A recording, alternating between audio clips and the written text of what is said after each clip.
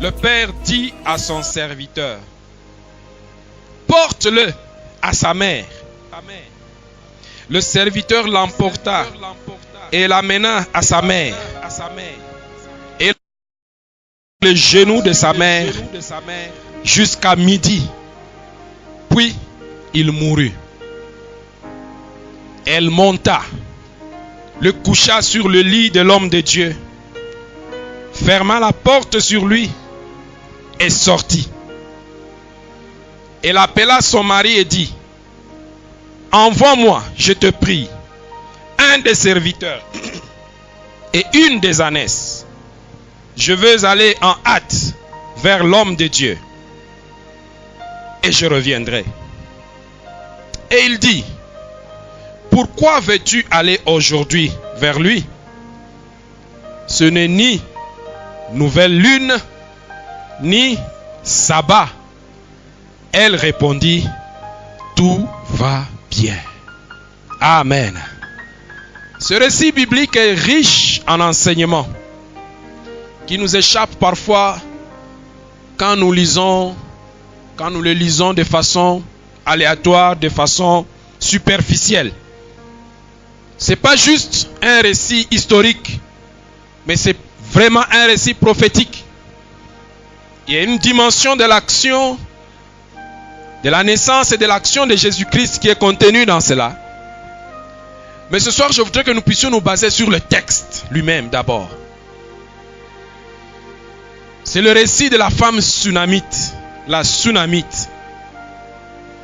Et nous voulons en dégager des pensées, nous voulons en dégager des choses qui vont nous aider à balayer notre année 2018 finissante et à affronter l'année 2019 avec sérénité. Parce que si les uns attendent que l'année 2019 commence le 1er janvier 2019, mais pour ceux qui sont dans les desseins de Dieu, demain arrive avant qu'aujourd'hui ne soit. Ce soir, je voudrais que tu commences déjà à bâtir 2019 avant même que le 31 décembre ne puisse voir le jour. C'est pourquoi je vais t'aider à reparcourir un peu 2018 avec certains aspects. Mais au-delà de ça, je vais t'aider à percevoir certains principes, certaines clés qui vont t'aider à être victorieux, qui vont t'aider à entrer avec assurance dans la nouvelle année, sans tenir compte des déboires de l'année qui s'écoule. C'est l'histoire d'une femme, Sunamite. La Bible l'appelle la Sunamite parce qu'elle habitait Sunem. Et l'homme de Dieu qui est en rapport avec cette femme, c'est le prophète Élisée. Le prophète Élisée venait régulièrement à Sunem, là où se trouvait cette femme. Et cette femme l'avait identifiée. Elle dira à son mari, construisons une chambre haute, une chambre, là où quand ce serviteur, ce saint homme de Dieu viendra, qu'il puisse avoir où se reposer. La femme est donc allée au-delà de l'accueil qu'elle faisait de façon ponctuelle à Élisée. Quand Élisée arrivait dans la ville, elle a dit, je veux lui construire quelque chose de permanent. Là où il va habiter, nous y mettrons un lit, nous y mettrons une table, nous y mettrons un tabouret, nous y mettrons un chandelier. Pour que quand l'homme de Dieu arrive, qu'il puisse trouver où se reposer. C'est comme ça commence.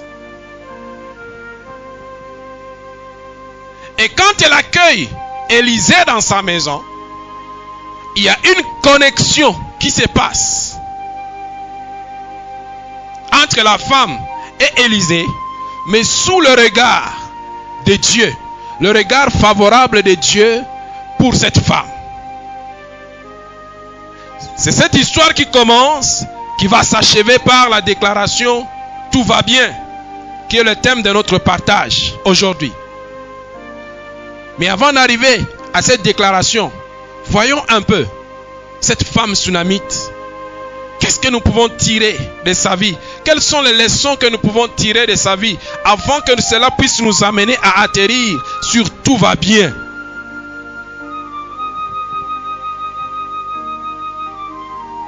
Première leçon. C'est une femme sans nom, mais élue de Dieu.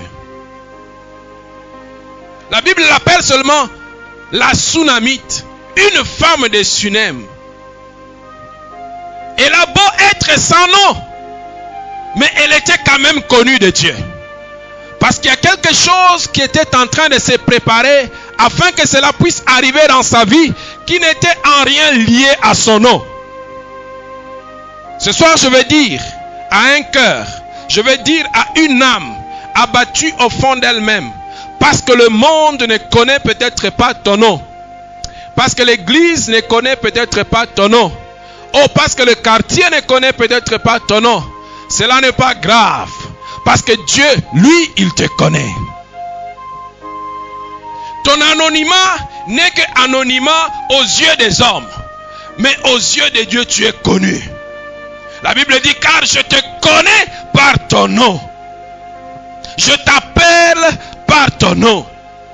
C'est une femme sans nom, mais elle est quand même élue de Dieu parce qu'il y a quelque chose de fantastique que Dieu est en train de vouloir faire dans sa vie, bien que ne portant aucun nom. Oh, ne sois pas perturbé dans ton cœur et dans ta vie ce soir, parce que tu ne portes aucun nom que les hommes connaissent. D'ailleurs, laisse-moi te dire, les hommes te donnent un nom en fonction de ton passé et de ton présent, mais Dieu t'appelle en fonction de ton futur. Les hommes t'appellent en fonction de ton handicap, mais Dieu t'appelle en fonction de ta destinée. Je préfère 1000 fois que Dieu m'appelle plutôt que les hommes m'appellent. Ce soir, j'encourage un cœur que les hommes n'appellent pas. Ce soir, j'encourage une sœur que les hommes ne voient pas. Ce soir, j'encourage un frère qu'aucune entreprise ne voit. Ne t'inquiète pas, parce que là où les yeux des hommes ne te voient pas, il y a les yeux de Dieu qui te voient. Il y a une connexion qui est en train de se préparer. La femme Sunamite était en train de préparer une connexion avec Élisée, mais en passant par son anonymat. Laisse-moi te dire une chose. Les hommes appellent les gens en disant, cette stérile-là, ce chômeur-là,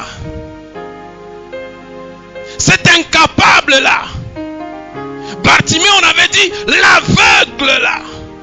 C'est comme ça que nous cartographie par notre handicap, par notre manque. Oh, l'année 2018, je suis sûr qu'on t'a cartographié aussi par ton manque. Un chômeur, invétéré, un célibataire endurci, un licencié en premier graduat. Je ne sais pas par quoi on t'a qualifié, mais qu'à cela ne tienne, ça n'annule pas le plan de Dieu pour toi.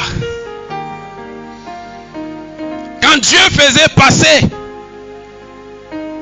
Saraï à Sarah, quand Dieu faisait passer Jacob à Israël, quand Dieu faisait passer Abraham à Abraham, c'était en fonction de leur destinée. Mais ce soir, tu as un nom beaucoup plus glorieux que ce que les hommes pensent. Parce que toi et moi, nous avons hérité du nom de Jésus-Christ. Quand le ciel te voit, quand le ciel me voit, il me voit par le nom de Jésus-Christ. Et à cause du nom de Jésus, je suis héritier d'une destinée glorieuse. Je partage la même destinée que mon Seigneur. Parce que la Bible me dit que je suis co-héritier de Christ. Ce soir, je vais t'encourager. L'anonymat de la femme n'a pas empêché son élection par Dieu. Deuxième leçon. C'était une femme de distinction, mais serviable. Quand nous lisons le verset 8, la Bible dit, un jour Élisée passait par Sunem. Il y avait là une femme de distinction qui le pressa d'accepter à manger. Et toutes les fois qu'il passait, il se rendait chez elle pour manger. Cette femme avait une vie sociale aisée. Certaines versions disent qu'elle était riche. Une femme de distinction, ça veut dire une femme riche. Ça veut dire socialement, elle ne manquait de rien. Mais c'était quand même une femme brisée au fond d'elle-même. Cela ne l'a pas empêchée de manifester de l'hospitalité et de la serviabilité envers Élisée. Elle l'a servi de tout son cœur. La Bible dit que la femme l'a appelé un saint homme.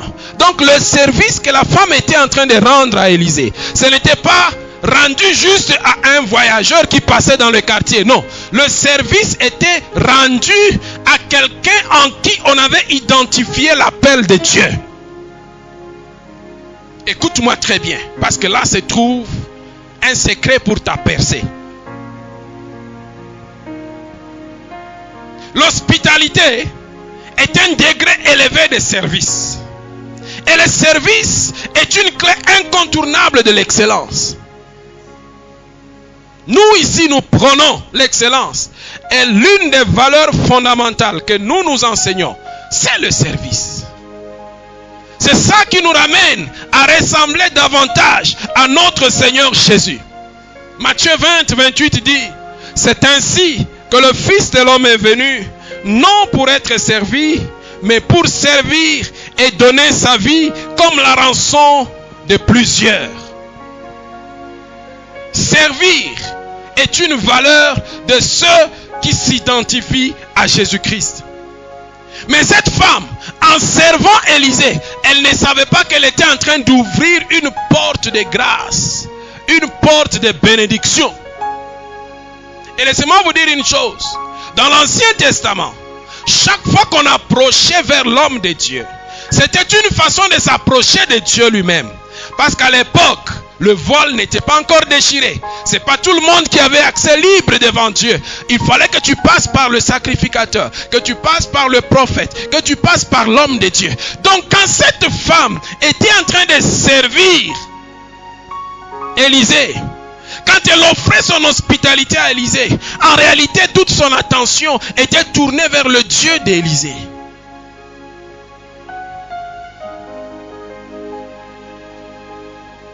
Celui qui accueille un serviteur de Dieu, accueille Dieu lui-même. Tiens-le comme une clé de réussite dans ta vie. Jésus dit, Matthieu 10, 40 à 42, celui qui vous reçoit, me reçoit. Et celui qui me reçoit, reçoit celui qui m'a envoyé. Celui qui reçoit un prophète, en qualité de prophète, recevra une récompense de prophète. Et celui qui reçoit un de juste recevra une récompense de juste. Et quiconque donnera seulement un verre d'eau froide à l'un de ces petits, parce qu'il est mon disciple, je vous le dis en vérité, il ne perdra point sa récompense. Amen. En accueillant le serviteur de Dieu chez elle, en ouvrant la porte grandement pour les serviteurs de Dieu, non pas seulement comme un passager, mais en l'installant jusque dans sa maison, la Sunamite était en train d'appeler à l'existence sa récompense. La Bible dit, celui qui reçoit un prophète en qualité de prophète, reçoit une récompense de prophète.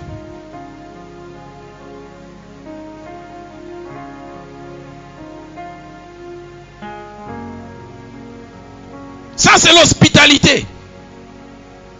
Une femme de distinction, mais pleine d'hospitalité.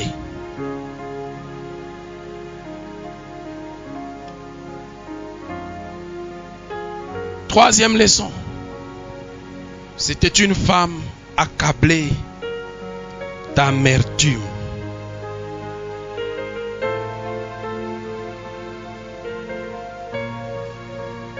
Mais toujours présente dans le plan de Dieu.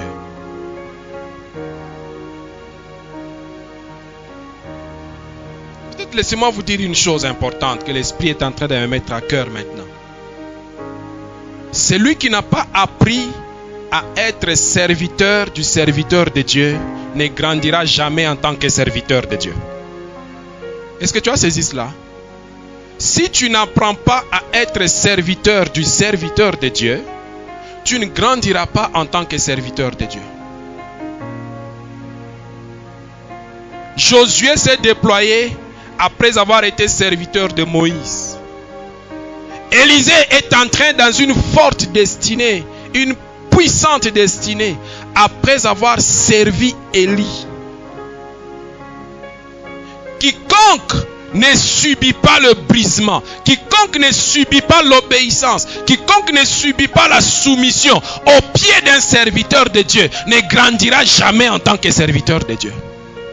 Apprends à servir un serviteur pour que toi-même tu sois un serviteur accompli.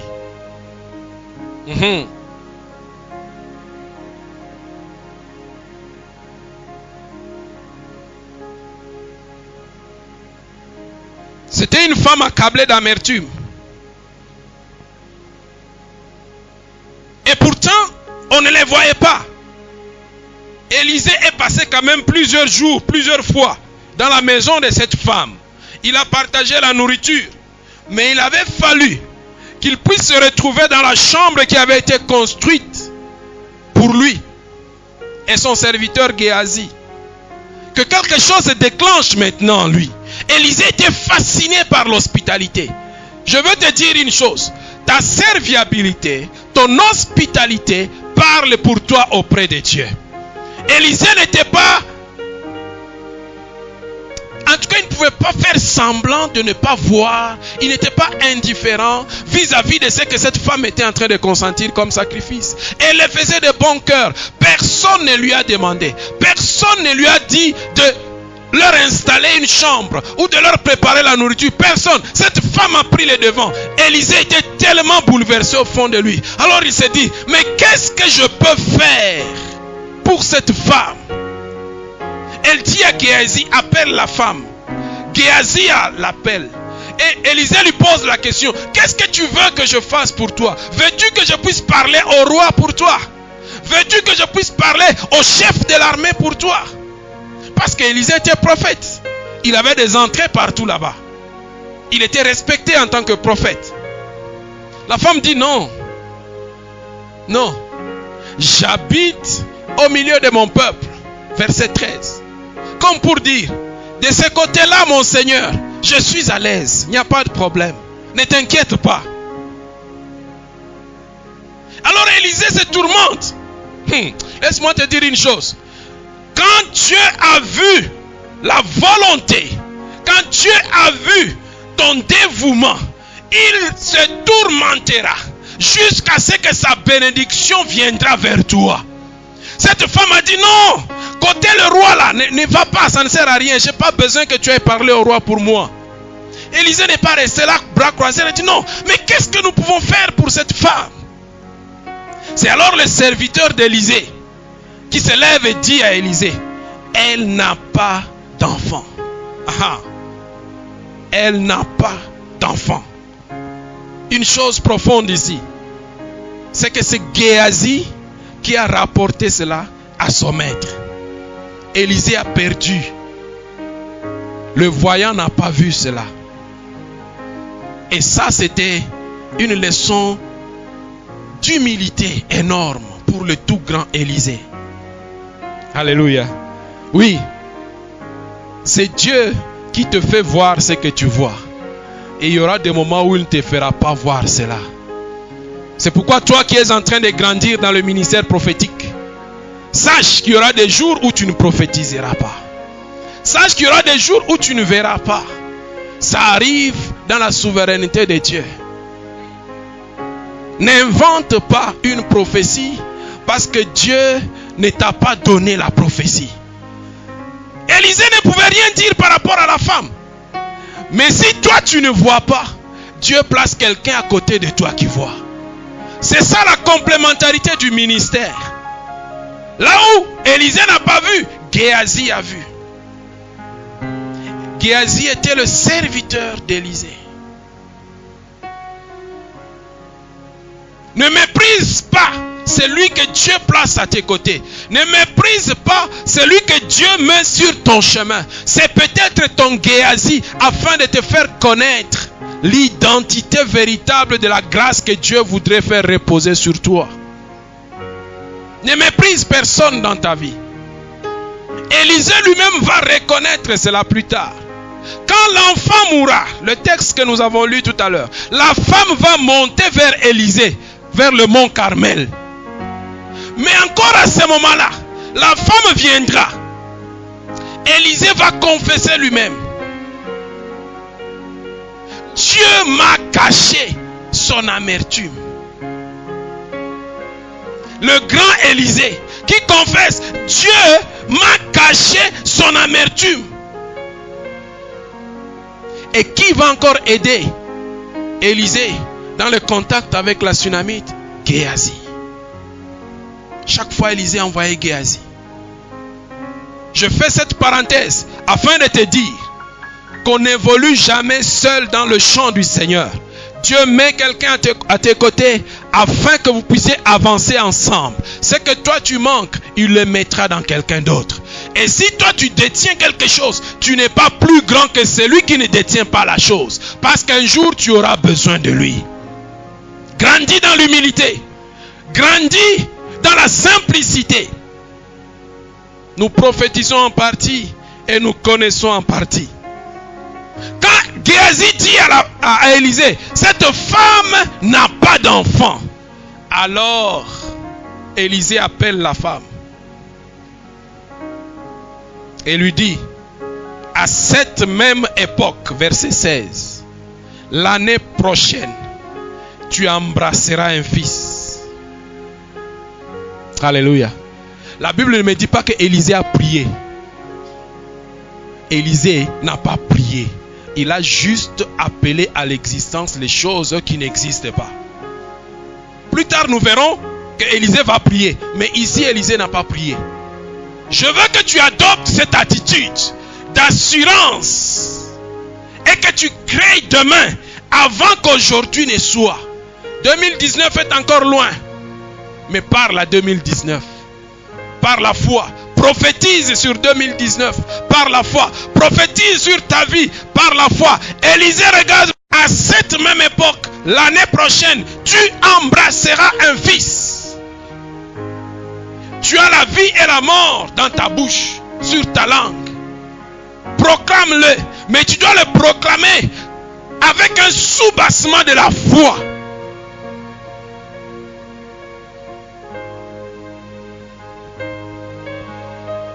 Oh, moi je m'engage déjà. Je te dis l'année prochaine, à pareille époque, tu auras un témoignage à faire devant le peuple de Dieu. Dieu te visitera et tu témoigneras. Je n'ai pas prié pour cela. Je crois en la parole de celui qui m'a établi. Et c'est en fonction de cette parole que je déclare sur toi que l'année prochaine, à pareille époque, tu témoigneras de la grâce de Dieu. Je n'ai pas besoin de ta foi. C'est ce que Élisée a fait avec cette Sunamite. Quand la Sunamite a entendu cela, écoutez sa réponse. Elle dit, non mon Seigneur, homme de Dieu, ne trompe pas ta servante. Mais tu m'appelles homme de Dieu et puis tu crois que je peux te tromper. Mais en réalité, ce qui était en train de s'exprimer, c'était l'amertume de cette femme. Ça faisait des années probablement qu'elle était là sans enfant. Mais elle a gardé sa dignité. Je ne sais pas ce que la société lui a dit. Je ne sais pas ce que sa belle famille lui a dit. Je ne sais pas ce que ses amis lui ont dit. Et puis, un homme de Dieu qui vient lui dit, l'année prochaine tu auras un enfant. Alors toute la charge de ce qu'elle a déjà entendu revient vers elle. Elle dit, non mon Seigneur, ne me trompe pas. Ne trompe pas ta servante. C'est l'amertume. À sa place, nous aurions tous crié Amen. Si je te dis qu'au mois de mars, tu seras appelé dans une entreprise où tu seras pris comme chef de service, en tout cas, je ne vois pas quelqu'un dire ah, papa, ne me trompe pas. Je ne vois personne me dire cela. Mais le langage de cette femme, c'était le langage de l'amertume, au plus profond de son cœur. Oh, je viens te donner une bonne nouvelle. L'heure de l'amertume est passée. J'ai entendu des témoignages comme ça. J'ai entendu des rapports comme cela. Après la retraite que nous avons eue. Des gens ont prié pour le mariage. Des gens ont prié pour le travail. Mais j'ai entendu des sœurs dire, des prophéties, j'en ai beaucoup reçues. Maintenant, je ne veux plus de prophéties. Et pourtant, il lui a été dit clairement, ma sœur, tu te marieras. Dieu va te donner un mariage. Son amen est un amen juste des lèvres, mais au fond du cœur, elle dit, encore une autre prophétie. Maintenant, je n'ai pas besoin de prophétie, j'ai besoin d'un mari. Alors laisse-moi créer ce mari-là pour toi. Par le pouvoir que Dieu m'a conféré, je déclare que tu habiteras dans la maison d'un mari et que tu y vivras ton repos au nom de Jésus-Christ.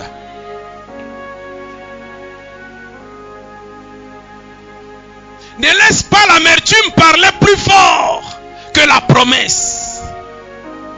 Quand l'amertume parle plus fort que la promesse, on refuse d'accepter la promesse. Mais on n'empêche pas nécessairement la promesse de s'accomplir. Parce que celui qui a fait la promesse est fidèle. Tu peux refuser la promesse, mais ce qui est sorti de sa bouche s'accomplit. Je te dis ceci. Tu seras béni. Pourquoi dis-je tu seras béni? Tu es béni. Mais maintenant, qu'est-ce que toi tu regardes? Tu regardes à tes réalités. Tu regardes à tes expériences. Tu regardes à tes chutes d'hier. Oh, écoute ceci. Tes réalités n'effaceront pas la vérité de Dieu pour ta vie.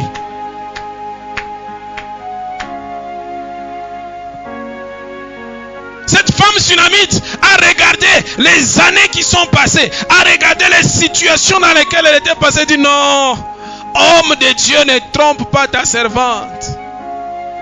Oh, si Dieu répondait par rapport à nos émotions et nos sentiments, la plupart de ses promesses ne se réaliseraient pas.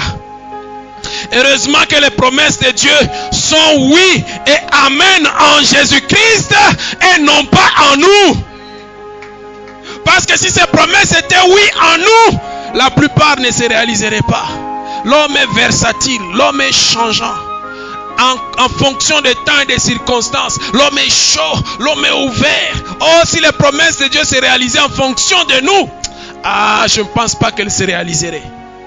Mais je te dis que les promesses de Dieu sont certaines parce qu'elles sont oui et amen en Jésus-Christ. Et elles se réaliseront. 2 Corinthiens 1, versets 19 à 20. Car le Fils de Dieu, Jésus-Christ, qui a été prêché par nous au milieu de vous, par moi et par Sylvain et par Timothée, n'a pas été oui et non, mais c'est oui qui a été en lui. Car pour ce qui concerne toutes les promesses de Dieu, c'est en lui qu'est le oui. C'est pourquoi encore l'amen par lui est prononcé par nous à la gloire de Dieu. Tout ce que nous avons à dire, c'est amen. Quand la promesse de Dieu retentit, quand la promesse de Dieu vient pour ta vie, tout ce que toi tu as à dire, c'est amen. Parce que le oui est déjà accompli en Jésus-Christ. Nous venons de sortir de 2 retraites successives. j'ai l'assurance et la certitude que tu as entendu la voix de Dieu par rapport à ta vie. Tout ce que toi tu as à dire, c'est Amen. Car le oui est déjà accompli en Jésus-Christ.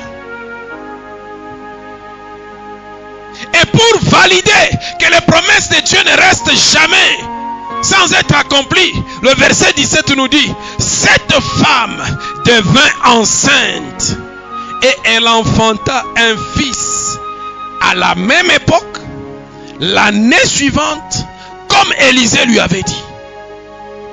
Quand la parole de Dieu sort par la bouche de ses oints, quand la parole de Dieu sort par la bouche de ceux qu'il a établis, cette parole est oui en Jésus-Christ. Elle s'accomplira comme Dieu l'a déclaré. Il faut que tu t'empares de cette bénédiction, que tu t'empares de cette grâce, que tu t'empares de cette promesse et que tu en fasses une partie prenante de toi-même. Josué pouvait dire dans Josué 21, 45, de toutes les bonnes paroles que l'Éternel avait dites à la maison d'Israël, aucune ne resta sans effet. Toutes s'accomplirent. Amen. Crois dans les promesses de Dieu. Crois dans la parole de Dieu. Dieu a dit qu'il ouvre le ciel pour toi, qu'il ouvre le ciel sur ta vie. Toi dis Amen, parce que le oui est déjà accompli en Jésus-Christ. Jésus s'écrit Ephata sur ta vie. Toi lève juste les mains et reçois la pluie de grâce qui tombe sur toi. Cette femme, malgré son amertume, malgré les paroles de douleur, la promesse de Dieu s'est accomplie. Avant elle, une autre avait souri quand on lui avait dit que tu auras un enfant. Elle avait souri, Sarah. Mais son sourire n'a pas empêché la réalisation de la promesse de Dieu. Elle a regardé à ses circonstances, elle a regardé à ses réalités et elle a souri. Voici, je suis vieux, je suis vieille. Abraham lui-même est vieux. Comment on peut dire que j'aurai un enfant? Mais quand Dieu dit que tu auras un enfant, le comment n'est pas de ton ressort. Le comment est du ressort de Dieu. Toi dis juste Amen. Dieu te dit tu réussiras. Comment je vais réussir? Je ne sais pas. Alléluia. Dieu lui-même va s'en charger. Quand j'avais reçu la parole de Dieu, que je ferais une distinction dans mes études, mes chers amis, j'ai regardé à gauche et à droite pour localiser le trou par lequel la distinction viendrait. Je n'avais pas vu. Quand j'ai regardé la chaleur que la Polytechnique nous donnait, je n'ai pas vu comment j'allais distinguer. J'étais conscient de mes limites. Je n'avais jamais été ambitieux pour distinguer. Ça n'avait jamais été dans mon plan. Quand Dieu veut faire quelque chose pour toi, il te sort de ton plan. Ce n'est pas ton plan qui s'accomplit, c'est le plan de Dieu. Toi, tu as dit j'irai à gauche, Dieu t'amènera à droite. Et Dieu me le promet pendant que je suis en 3e graduat. On fait un examen. Pour la toute première fois de ma vie, de toute mon existence, depuis que j'ai foulé les pieds sur cette terre, j'ai eu 0 à l'examen, à l'université. 0. Tu sens le 0 venir avec assurance. Toi-même, tu le sens très bien. Tu vois que là, je suis en train d'aller droit vers 0. Je n'ai même pas discuté que j'ai été cochonné. J'ai eu 0. La toute première fois de ma vie. Alors qu'on m'a dit que j'allais distinguer.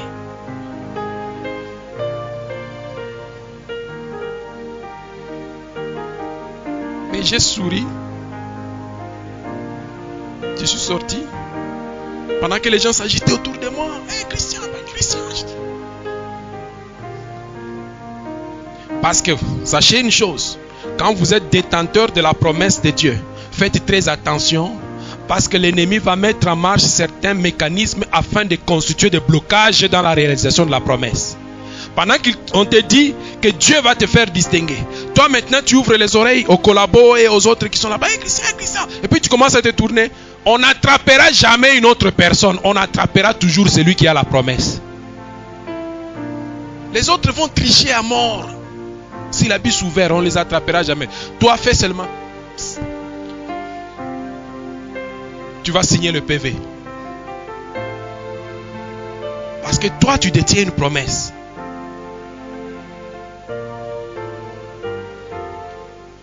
Je suis resté calme sur ma chaise. J'ai remis ma copie telle qu'elle. Je savais que j'aurais 0.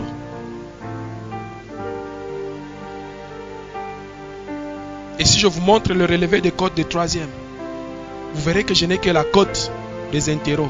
J'ai brillamment échoué dans ce cours-là. Mais vous savez quoi? Dieu, quand il veut t'amener quelque part, il t'amènera là où il veut. Là où j'ai échoué ici, le Seigneur me récupère dans d'autres endroits et je termine avec 68%. Je n'ai pas distingué. Je passe en premier grade. En premier grade, je passe par un événement que je n'ai jamais expérimenté. Pendant que j'étudie, 2h du matin, 3h du matin, ma tête se bloque. Rien n'entre, rien ne sort. Et rien ne se transforme aussi.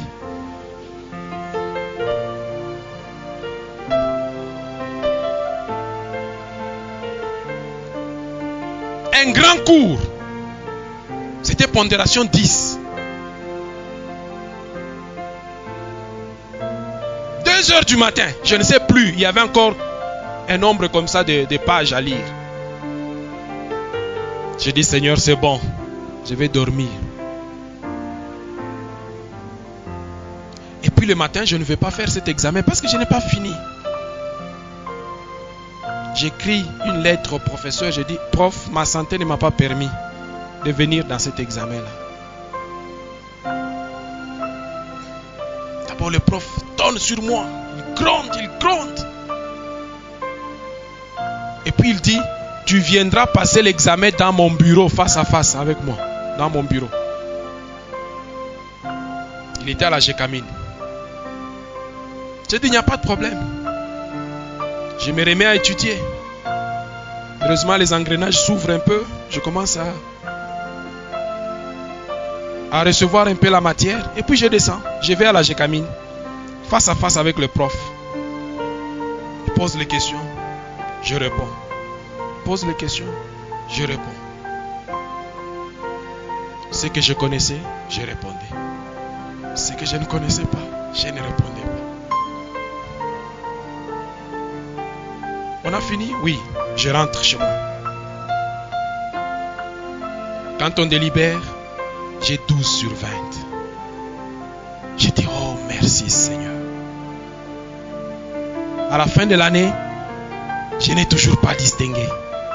J'ai dit, oh, mais la distinction là, elle est où? On entre en 2e grade. Ah, c'est là maintenant que tu commences à voir que Dieu commence à mettre de l'accélération dans les choses. Là-bas, déjà à partir du 1er grade chez nous, tous les examens étaient à l'oral. 2e grade, évidemment, ce n'est que les cours d'option. Tout est à l'oral. La façon dont Dieu me conduit dans le choix des questions, la sélection des questions. Oh! Là, tu dis que c'est Dieu qui voudrait m'amener quelque part. Vous savez, quand on étudie un cours, il y a toujours quelque chose qu'on comprend mieux que d'autres choses qu'on ne comprend pas. Alors, comment se fait-il que j'étudie et quand je vais tirer des questions, je tombe toujours sur les choses que je connais bien? Toi, tu dirais, tu as eu la chance, non? Moi, je dis, c'est le plan de Dieu qui est en train de s'accomplir. Il y a une promesse qu'il avait dite, qu'il avait faite, qui doit s'accomplir. Je tire les questions, je regarde comme ça, je dis, oh là là là là, je mets la main dans la poche, je prends la craie, je passe devant. Avec assurance, j'ai des bobines. Un assistant est passé même dans la salle, il regarde. Pengele.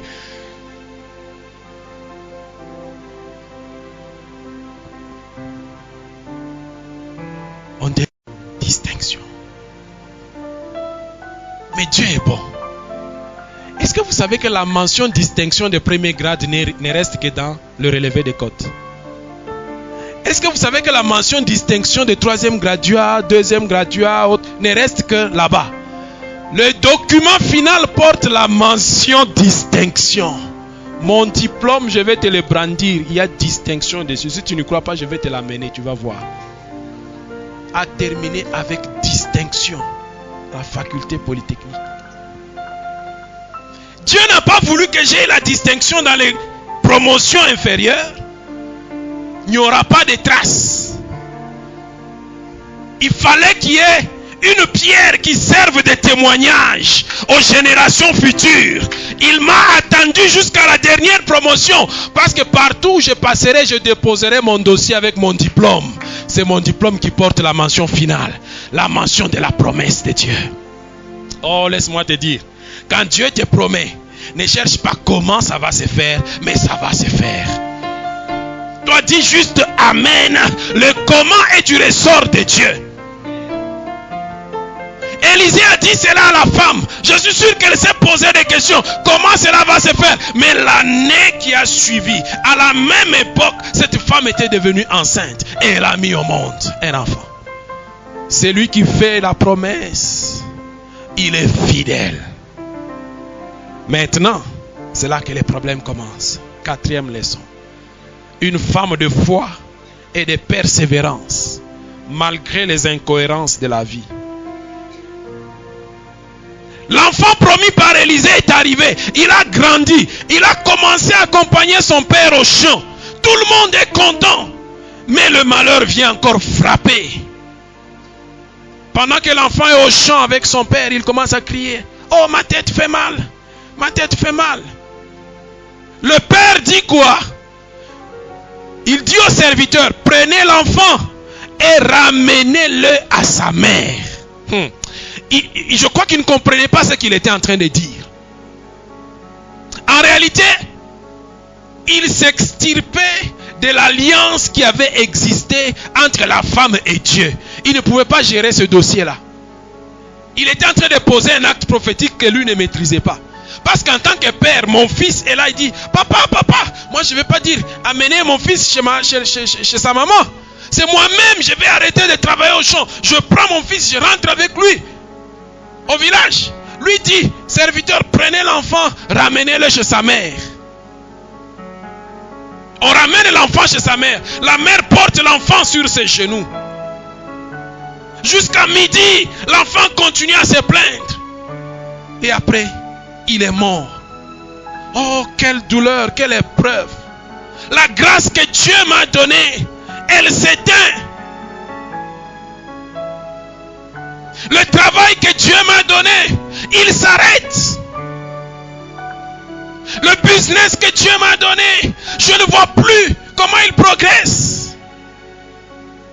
Et pourtant j'ai célébré avec Dieu. Et pourtant j'ai chanté comment Dieu est fidèle. Comment sa promesse s'est accomplie. Qu'est-ce qui se passe? C'est là que je voudrais que tu ouvres maintenant bien tes oreilles. Cette femme n'a pas dit au village, venez chez moi, il y a deuil. Venez, nous allons pleurer mon enfant qui est décédé. Non, cette femme a pris l'enfant. Elle est allée avec l'enfant dans la chambre d'Élisée. Là où Élisée passait la nuit quand il venait à Sunem. Il est allé déposer l'enfant sur le lit. Là où Élisée passait la nuit. Écoute, quand il y a quelque chose qui se complique dans la réalisation de ta promesse, oh, rentre vers les lieux là où la promesse a été édictée. C'était pendant que Élisée était dans cette chambre qu'il était en train de prononcer la promesse de l'arrivée de cet enfant sur cette femme. La femme remet l'enfant là où la promesse avait été annoncée. Et elle fait quoi? Elle ferme la porte et elle court pour rencontrer Élisée. Mais pendant qu'elle part, elle dit à son mari, envoie-moi un serviteur, envoie-moi une ânesse. Son mari lui dit, mais tu veux aller où? Elle dit, non, je vais aller voir l'homme de Dieu. Son mari lui dit, mais ce n'est pas le temps, ce n'est pas la période pour aller voir l'homme de Dieu. Qu'est-ce qui se passe? Est-ce que tu vas bien? Est-ce que l'enfant va bien? Elle répond, tout va bien. Ça, c'est le langage de la foi. Ce soir, au soir de 2018, je veux que de ta bouche sorte une parole qui dit, tout va bien. L'enfant est mort. L'enfant est sur son lit de mort. Non, il n'est pas tombé en syncope. Il n'est pas évanoui. Il est mort. La Bible dit, il mourut. La femme répond à son mari, tout va bien. Mais elle court vers le serviteur de Dieu. Le serviteur de Dieu, ce n'est rien d'autre que le représentant de Dieu lui-même. Au lieu de répondre à un homme, au lieu de murmurer, de se plaindre devant un homme, elle préfère aller rencontrer Dieu. Chaque fois que tu rencontreras l'oppression, l'adversité, rentre vers Dieu qui a fait la promesse et qui a accompli la promesse dans ta vie. Elle dit à son mari, tout va bien. Et pourtant elle était endeuillée. Il y avait un cadavre dans la chambre. Pendant qu'elle avance, Élie la voit venir et envoie Géasi vers la femme. Géasi, son serviteur, vient et dit, est-ce que ça va? Et tout ça. Elle répond la même chose à Géasi. Bien. Je vais bien. Pourquoi jusque-là elle n'a encore rien dit?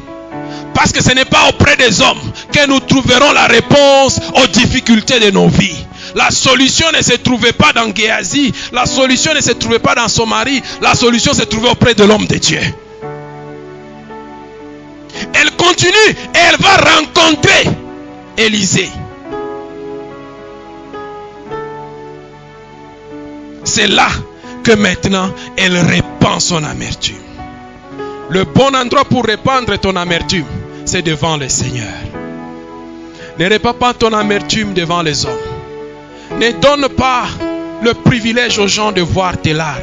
Parce que ceux qui verront tes larmes, ils tenteront de te consoler devant toi, mais derrière ton dos, ils se moqueront de toi. Certains se réjouiront même de te voir en train de pleurer. Ils diront, mais qu'est-ce qu'elle croyait? Qu'est-ce qu'il croyait? Mais devant toi, ils vont dire, yo, Paulé. Et dès que tu tournes les deux, tu dis, azui. Tout va bien.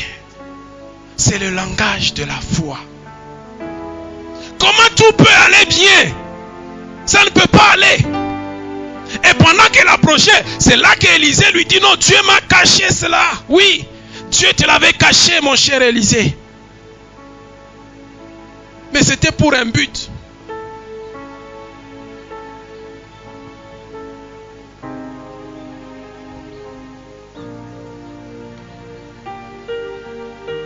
Tout va bien, c'est quoi?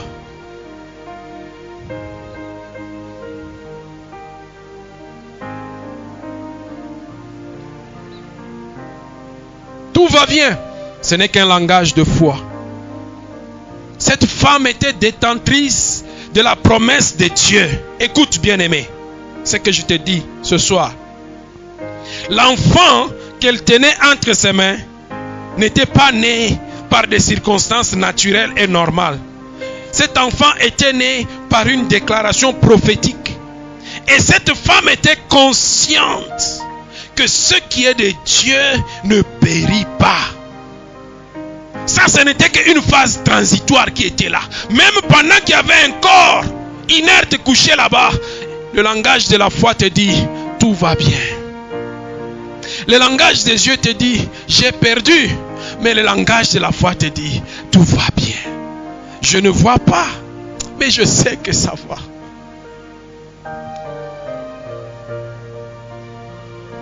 Tout va bien. C'est le langage qui fait passer la vérité de Dieu au-dessus de la réalité de la vie. La vérité de Dieu est que cette femme devait être consolée par un enfant. À cause de son hospitalité, c'est pour cela que nous avons commencé là-bas. À cause de son hospitalité, à cause de sa serviabilité, à cause de sa connexion avec l'homme de Dieu, Dieu l'a visité, Dieu l'a béni à cause de sa foi et Dieu lui a accordé une consolation. Oh non, la consolation de Dieu ne se changera jamais en larmes dans ta vie. Jamais. Quand tu verras quelque chose prendre la forme des larmes, sache que c'est la voix du diable. Lève-toi et fais comme cette femme sunamite. Elle est rentrée vers Dieu à travers son serviteur. Toi aussi rentre vers Dieu et parle au Seigneur. Et l'action qu'elle a posée a produit du résultat. Quand Élisée a entendu cela, oh, ça lui a fait aussi de la peine. Élisée envoie d'abord son serviteur avec son bâton de prophète. Il prend le bâton de prophète, va poser sur l'enfant. Géasi va, pose le bâton de prophète sur l'enfant. Rien ne se passe. Il revient vers Élisée et dit, rien ne s'est passé, l'enfant est toujours mort. Non, vous savez, il y a des moments où dans ta vie, ce n'est pas un ange qui viendra, c'est Dieu lui-même qui viendra. Il y a des moments où dans ta vie, ce n'est pas un homme qui viendra, c'est Dieu lui-même qui viendra manifester sa gloire. Géasi pouvait faire un miracle avec le bâton d'Élisée. Poser ce bâton sur l'enfant et l'enfant pouvait ressusciter. Mais cette fois-là, ça n'a pas marché. Waouh! Qu'est-ce que Dieu voulait apprendre à Élisée? Ça faisait 3 échecs par lesquels il l'a fait passer. Le tout grand Élisée. Dieu lui cache 2 fois des choses. Dieu lui fait jouer dans une stratégie. Et même quand lui-même viendra, ce n'est pas la première fois que l'enfant va ressusciter. Élisée vient. Puis maintenant, il monte dans la chambre. Et c'est cette fois-ci, la Bible dit, Élisée pria. Amen. Hein? Pour déclarer la grossesse, Élisée n'a pas prié. Mais pour proclamer la résurrection, Élisée a prié. Là, il y avait un combat. Il y avait quelque chose de sérieux. Il y avait quelque chose de profond. Là où il fallait que Dieu en personne descende et opère. Élisée se couche sur l'enfant, le réchauffe. Mais ce n'était pas suffisant. Il sort, il fait les tours dans la maison. Quelque chose ne marchait pas. Il revient une seconde fois. C'est à la seconde fois que l'enfant tousse 7 fois.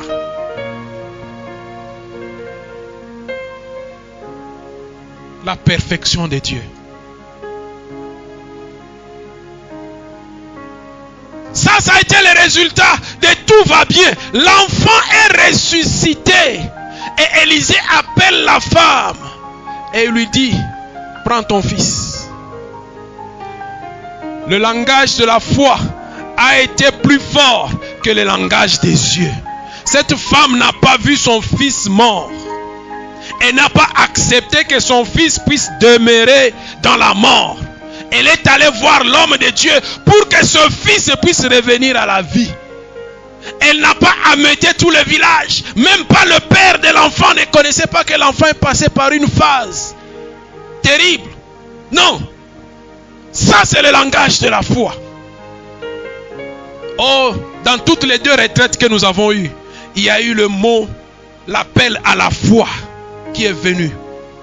Je veux que tu termines cette année 2018 avec la foi dans ta bouche, avec la foi dans ton cœur, comme clé pour obtenir les promesses de Dieu, mais surtout en jouir. Parce qu'on peut obtenir une promesse et ne pas en jouir. La femme avait eu un enfant, mais elle n'en avait pas joui. C'est pourquoi elle ne pouvait pas accepter que l'enfant puisse mourir. La foi est accompagnée de la persévérance et de la détermination. Quand Élisée a dit à la femme, avance avec Géasi, la femme a dit, non, non, ton âme est vivante, je ne partirai pas d'ici sans toi. C'est avec toi que nous partirons. Quelle détermination! La femme veut avoir Dieu en personne. Rappelez-vous ce que j'ai dit. L'homme de Dieu, c'était le représentant de Dieu en personne.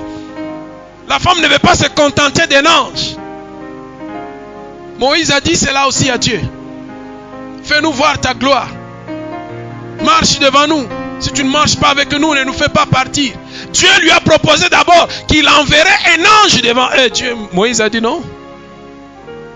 Moi je ne demande pas un ange. Toi-même, marche avec nous. Jusqu'à ce que Dieu lui dise oui. Écoute la déclaration que j'ai faite sur ta vie. Dieu marchera avec toi. Dieu t'accompagnera de succès en succès. Dieu t'accompagnera de progrès en progrès. Lui-même te tiendra par la main. Aucun ange n'est suffisant pour accomplir ce que Dieu veut accomplir. Il l'accomplira lui-même avec toi. Toi, garde la foi en Dieu. Et même quand l'obscurité viendra, continue encore à dire tout va bien. Je ne vois pas le bout du tunnel, mais je continue à dire tout va bien.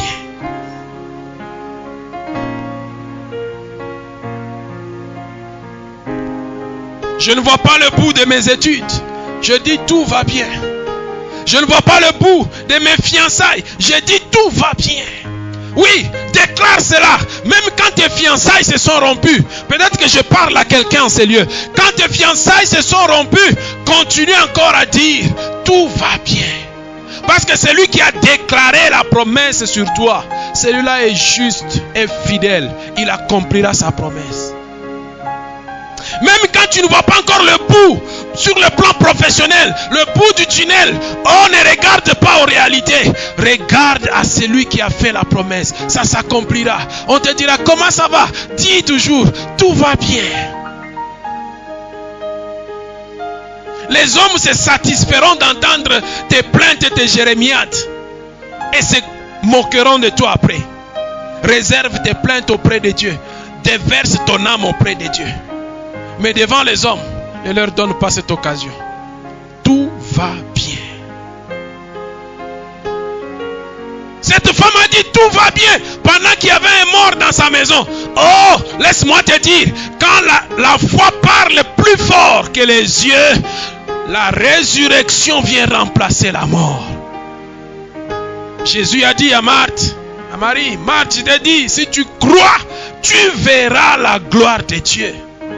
Si tu crois, ce soir je te dis aussi toi, si tu crois, tu verras la gloire de Dieu. Quand tu es en train d'atterrir avec 2018, ne te laisse pas abattre par les réalités. Regarde la promesse de Dieu pour ta vie. Et avance avec cela pour 2019. Dis tout va bien. Ma santé est chancelante. Continue encore à dire tout va bien. Mais pendant ce temps, tu es en train de te présenter devant le trône de Dieu. Aucun homme ne viendra pour toi. C'est Dieu seul qui viendra.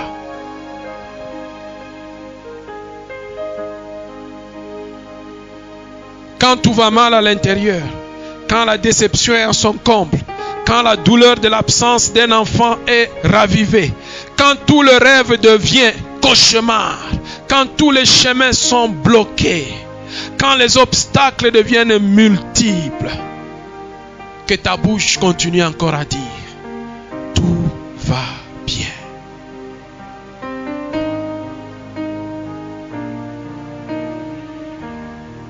Parce que l'Éternel Dieu qui a fait la promesse pour toi, il se tient derrière sa parole pour l'accomplir. Espérez contre toute espérance. Voilà ce à quoi tout va bien va t'amener. C'est-à-dire même quand je n'ai pas de la raison d'espérer, j'espère quand même. C'est ça, espérer contre toute espérance. Quand logiquement, naturellement, scientifiquement, biologiquement, médicalement, il n'y a pas moyen d'espérer, j'espère quand même. C'est ça, tout va bien. Je fais les calculs, rien ne marche. Tout va bien. tout va bien. Tu t'en sortiras, tout va bien. Ce soir, je vais encourager quelqu'un. Tu as peut-être passé une année très mouvementée. Tu as passé une année compliquée. Tu as passé une année d'enchevauchement comme ça. En dents de scie. Que ce soir, tu ne te souviennes plus de tes blessures, mais que tu te rappelles de la promesse de Dieu. Et déclare tout va bien. Dis tout va bien. Et appelle à l'existence les choses qui n'existent pas. L'enfant qui était mort, il ressuscitera. Ou l'enfant qui n'est pas encore né, il naîtra. Là où l'homme ne t'a pas connu, Dieu t'a connu. Et il t'avait déjà élu. Tout va bien. Oh, j'étais édifié un jour, je posais la question à un frère. Ça faisait longtemps qu'il était à l'université, puis je le retrouve, il me dit, je suis en 2e doctorat. Je dis, oh frère, mais tu n'es pas en retard par hasard? Il me dit, papa, en retard par rapport à quoi? Je suis le calendrier de Dieu. Waouh, moi-même j'étais d'abord resté ébahi un peu. J'ai dit, oh, pourquoi est-ce que je lui avais posé cette question-là? Aujourd'hui, il est médecin. Il est médecin. Que le parcours ne te fasse pas faillir. C'est la destination qui compte.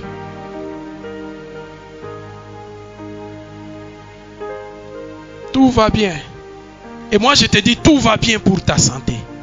Je te dis tout va bien pour tes études. Je te dis tout va bien pour tes affaires. Je te dis tout va bien pour ta famille. Je te dis tout va bien pour tes projets.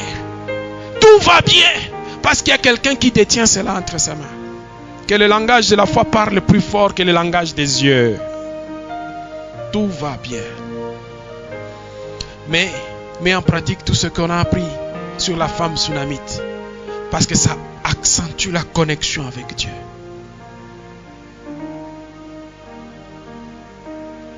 Je veux que nous puissions prier.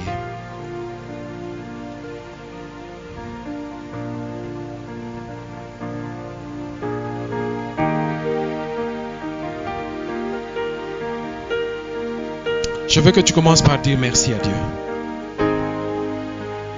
Je suis sûr que ce soir, Dieu t'a repris quelque part, Dieu t'a corrigé quelque part, Dieu t'a édifié quelque part. Mais dis merci à Dieu par rapport à ce que lui-même a fait dans ta vie à travers cette parole. Commence déjà à parler à Dieu. Dis merci à Dieu.